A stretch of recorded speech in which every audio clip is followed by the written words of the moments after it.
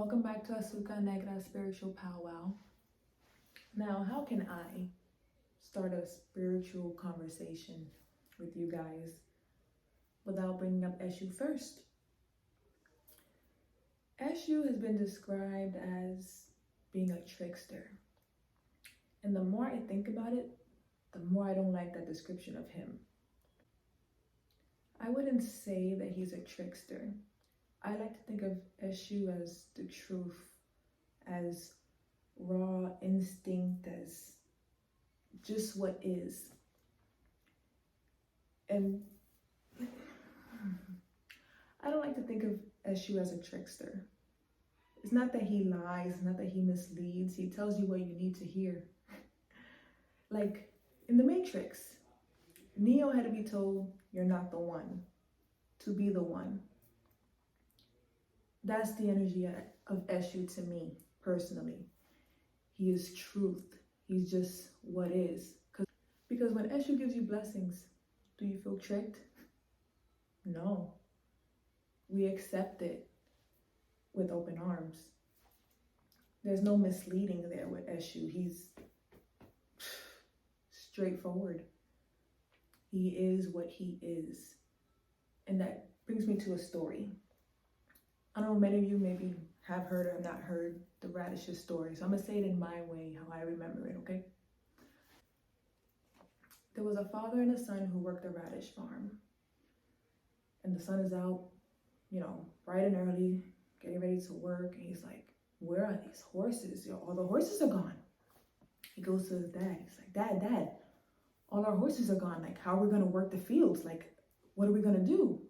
And the father goes, I don't know what to tell you, son. It's a blessing or a curse. I don't know what to call it. Day goes by. The horses that left come back with more horses. So the son runs to his dad, excited. Dad. So the horses came back and they brought even more horses. We don't have to sell radishes anymore. Now we're in the horse business. The dad just goes, I don't know if it's a blessing or a curse, son. I don't know what to call it. The son starts training the horses so he can sell them, breed them. They're in the horse business now. Breaks his leg riding a horse. He goes, Dad, my leg's broken. We can't train the horses anymore. What are we going to do? How are we going to eat? How are we going to survive? The dad just goes, like my grandmother, Well, son, I don't know if it's a blessing or a curse. I don't know what to call it. Then soldiers come, this is back in the old days, bear with me. Soldiers come and they're like knocking on the door, boom, boom, boom. Sir, where's your son? We need to recruit men for war, it's a draft. We need your son. The father goes, I have no son to give you. Look at my son, he broke his leg.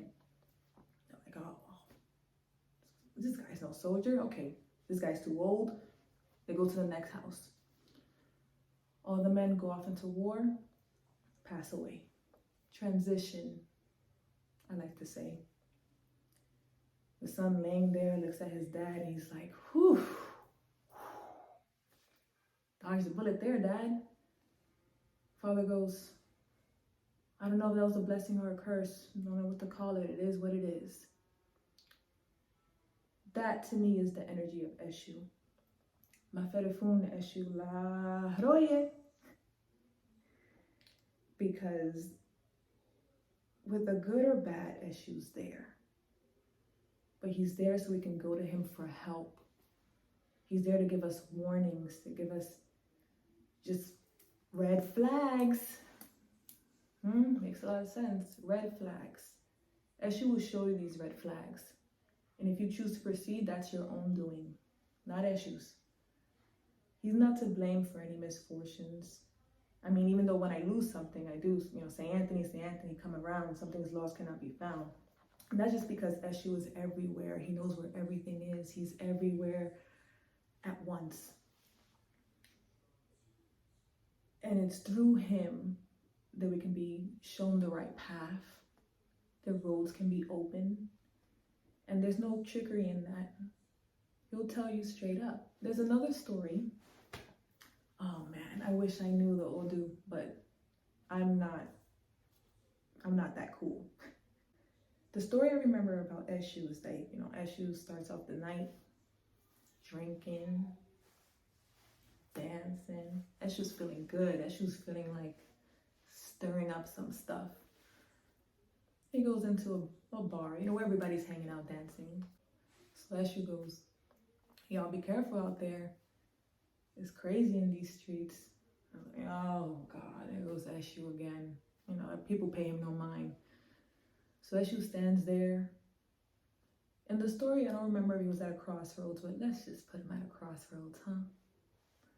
He's just there standing in the corner. And he's like, you know what?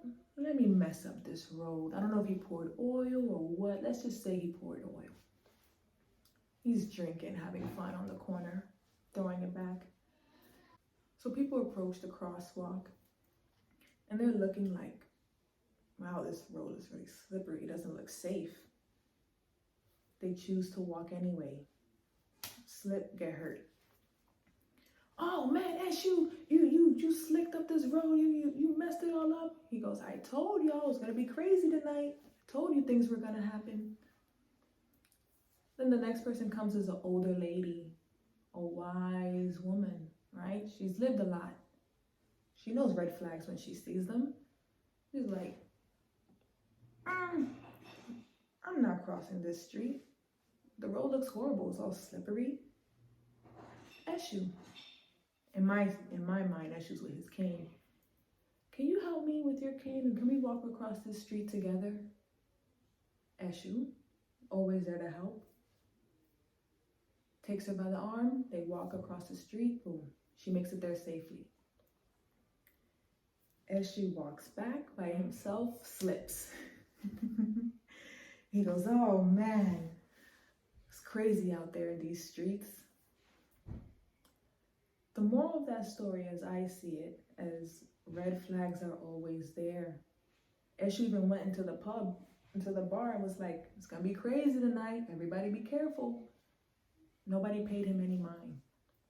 The people who approached the crosswalk and they saw it all slippery, saw the roads all messed up, proceeded to walk anyway, despite being warned.